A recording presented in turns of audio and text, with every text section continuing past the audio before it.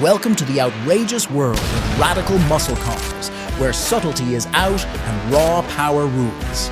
These are not your average weekend cruisers. They're more like fire-breathing monsters of the asphalt.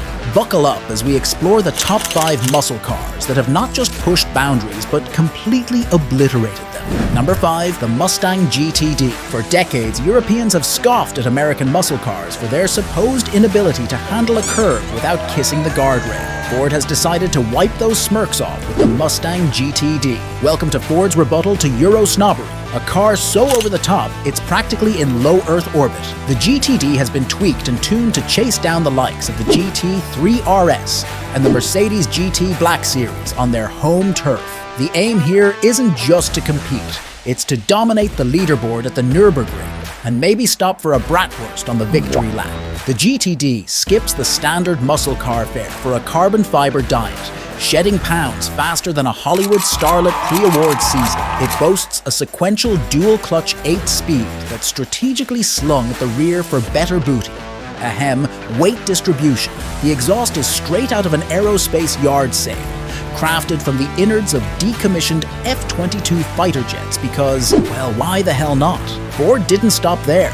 They slapped on a wing so big it needs its own zip code, complete with DRS and cheese grater vents so aggressive you could zest lemons on them. These beauties are not just for show. They're made of magnesium and are hooked up to an inboard racing suspension that shares DNA with the GT supercar. As for the engine, it's a supercharged 5.2-liter V8 powerhouse churning out over 800 horsepower because apparently Ford thinks subtlety is for the weak. And the price for this American spectacle on wheels? A cool $300,000, making it the perfect toy for someone who thought they had everything. So, if you've got $250,000 lying around and a penchant for speed, why not make your accountant nervous? Number 4, the Plymouth Superbird. Let's dive into the saga of the Plymouth Superbird, a car that sprang from necessity and soared straight into the annals of what on earth were they thinking?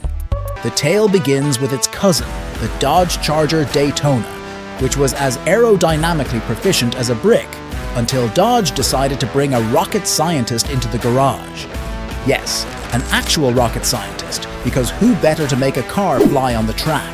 With a newly pointy front end, the Daytona started embarrassing other cars on the NASCAR circuit, zooming past them as if they were standing still, not wanting to be left in the literal dust.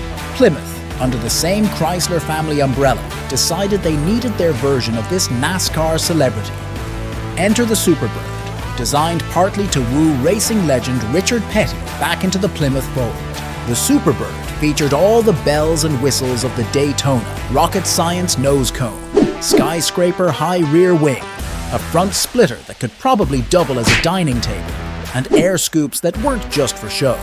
But despite its track capabilities, it looked like it was designed by a committee that couldn't decide whether it was making a car or a spaceship.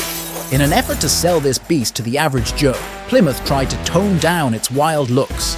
They tweaked the nose grille to be less nosy, slanted the wing to avoid FAA regulations, and slapped on some mascara and a vinyl toupee to break up its monochromatic expanse. Alas, it turned out you can't polish a rocket. Sales were dismal, leading many dealers to strip away the Superbird's flamboyant features and sell them as the more sedate Roadrunner. In a twist of fate, these once unsellable cars have become collectors' dreams, proving that today's ugly duckling is tomorrow's swan, especially if it comes with a backstory that includes a rocket scientist and a car that could have doubled as a low-flying aircraft. Number 3, the Dodge Demon. Amidst all the hype about precision engineering and tearing up the Nürburgring, the heart of a true muscle car remains its sheer, unadulterated speed on a straight sprint. No. Strangely, in this era of modern muscle, it seems only Dodge got the memo, boldly creating the Demon. A road-legal dragster that comes stock with just one seat. Why only one seat? Because who needs passengers when you're going warp speed in a straight line? The optional second seat is like ordering a salad at a steakhouse. Nice, but not the reason you went there in the first place. Bro, what are you talking about, man? The tires on this beast are so slick, you'd think they'd slip right through the legal cracks. But nope, they're totally street legal. Dodge even makes you sign a waiver basically saying, "I promise not to sue if I hydroplane into oblivion." The engine isn't just any engine. It's a reworked Hellcat that's been pumped up to an insane 840 horsepower. This car doesn't just go fast, it does wheelies. Yes, actual wheelies. It's the first street-legal production car that turns the road into a rock concert, front row, all the time. The performance stats are just as ludicrous. 0 to 60 miles per hour in 1.9 seconds, quarter mile in 9.6 seconds. Damn! It's so quick, the National Hot Rod Association had to step in and say, "Nope, too fast," because it didn't have a roll bar. Yep. That's like being kicked out of the library for reading too fast. This initially might sound like a drawback, but it actually adds a notch to the demon's belt of street cred. And just when you thought Dodge might settle down, they pushed out an even more absurd Demon 170, which basically needs a parachute to stop because it's too fast for drag racing. So, not only did Dodge make one car that was deemed too fast for drag racing, they went ahead and made another one. It's like Dodge is competing in a race where the only other contestant is their own shadow. Number 2, the Mustang Boss 10-liter. Imagine a muscle car so monstrous it could make a Chevy executive weep. Enter the Mustang Boss 10-liter. This isn't just a car, it's Ford's Silver Bullet, designed to strike fear into the hearts of its rivals, particularly Chevy's John Moss. The car sprang from a classic automaker rivalry, ignited when Moss dared to roll up to John Coletti's driveway, flaunting his 650 horsepower Camaro ZL1 show car.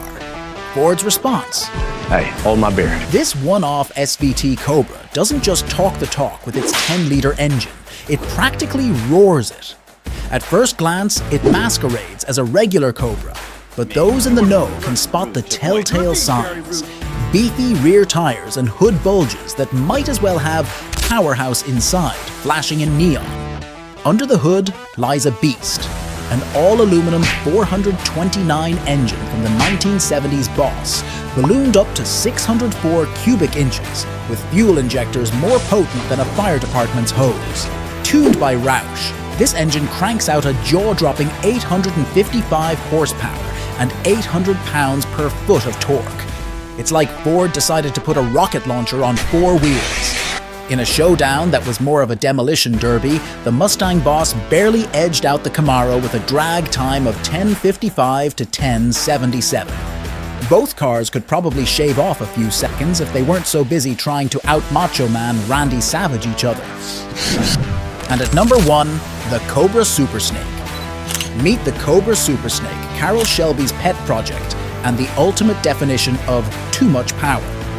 Shelby, in a stroke of mad genius or sheer recklessness, transformed this car from a mere mortal competition model, one of only 23, into a mythic beast with the simple addition of not 1, but 2 superchargers. Wow. This boosted its power to an eyebrow-raising 800 horsepower back in 1966. Because we're not going in that, we're going in this. Considering the car's featherlight frame, that's like strapping jet engines to a bicycle. Safety features? Please, this was the 60s. This may be the scariest car ever The Super made. Snake is obviously extraordinarily valuable. The Super Snake laughed in the face of danger. No bumpers, no seat belts, nothing between your knees with zero protection from those scorching side exhausts. If you hit something, or someone, that chrome grille would make minced meat faster than a butcher on a deadline. With its 0 to 60 sprint in just over 3 seconds and a top speed flirting with 200 miles per hour. Damn, that's fast. We even had time to worry about safety, but here's where the plot thickens. The Super Snake wasn't just a one-hit wonder. A second model was made for none other than Bill Cosby, who looked at the car, experienced its terrifying prowess, and quickly passed it on like a hot potato to a rich thrill seeker. This unfortunate soul's final joyride ended with a literal cliffhanger, off a cliff and into the ocean, making the Super Snake's fatality rate a solid 50%. With those odds, you're more likely to survive a game show where the prize is running across a freeway blindfolded. In summary, the Super Snake is not just a car, It's an adrenaline-pumping, fear-inducing, physics-defying ride that laughs in the face of both death and common sense. Thanks for joining us on this high-octane journey through the most radical muscle cars ever to hit the streets. If you enjoyed revving through this ride with us, don't forget to like, share, and subscribe for more automotive adventures.